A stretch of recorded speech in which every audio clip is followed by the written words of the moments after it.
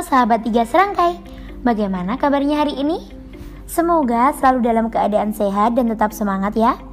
Hari ini, sahabat Tiga Serangkai bersama Miss Elva akan membahas mengenai properti tari daerah.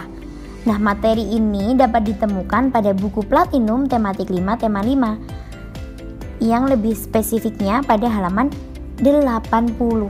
Nah, setelah dibuka bukunya, langsung aja yuk kita mulai pembahasan mengenai properti tari daerah. Karena nanti setelah Miss Elva bacakan, akan ada tugas yang dimana bisa mengisi tabel untuk mengisi nama tarian dan properti tari yang digunakan. Adanya ekosistem dapat menjadi inspirasi dalam berkarya, antara lain dalam beberapa tari daerah. Hasil panen yang terjadi pada ekosistem sawah atau ladang dapat menjadi inspirasi karya tari yang indah dan menarik. Beberapa tarian daerah juga menjadikan tingkah laku hewan dalam suatu ekosistem sebagai inspirasi untuk menciptakan suatu gerakan tari. Berikut ini adalah contoh tari daerah yang mengetengahkan berkah Tuhan melalui ekosistem sekitar.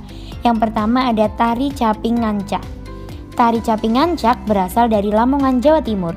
Tarian ini menceritakan tentang kehidupan para petani yang sedang bekerja dari menanam, merawat hingga memanen padi. Seperti petani sebenarnya, para penari mengenakan caping. Caping merupakan penutup kepala yang biasa dipakai para petani saat bekerja di sawah. Caping dibuat dari anyaman bambu yang berbentuk kerucut. Yang kedua ada tari alang babega. Tari alang babega berasal dari Minangkabau, Sumatera Barat. Tari ini merupakan tarian khas daerah yang menggambarkan burung elang yang melayang-layang di udara. Burung elang mengepakkan sayapnya untuk mencari mangsa. Saat menemukan yang dicari, burung elang menukik dan menyambar mangsanya. Kemudian setelah memperhatikan kedua jenis tari tersebut, di sini Miss Elva mau tanya, nah coba diperhatikan ya, adakah tari di daerah kalian yang diciptakan berdasarkan inspirasi dari hasil pengamatan ekosistem? Nah, biar lebih gampang, coba didiskusikan dengan teman-temannya supaya bisa mendapatkan jawaban yang lebih akurat. Nah, setelah itu, coba tuliskan nama tarian dan propertinya pada tabel seperti yang Miss Elva contohkan. Di sini Miss Elva mencontohkan ada di nama tarian, namanya tari caping ngancak, properti tarinya caping.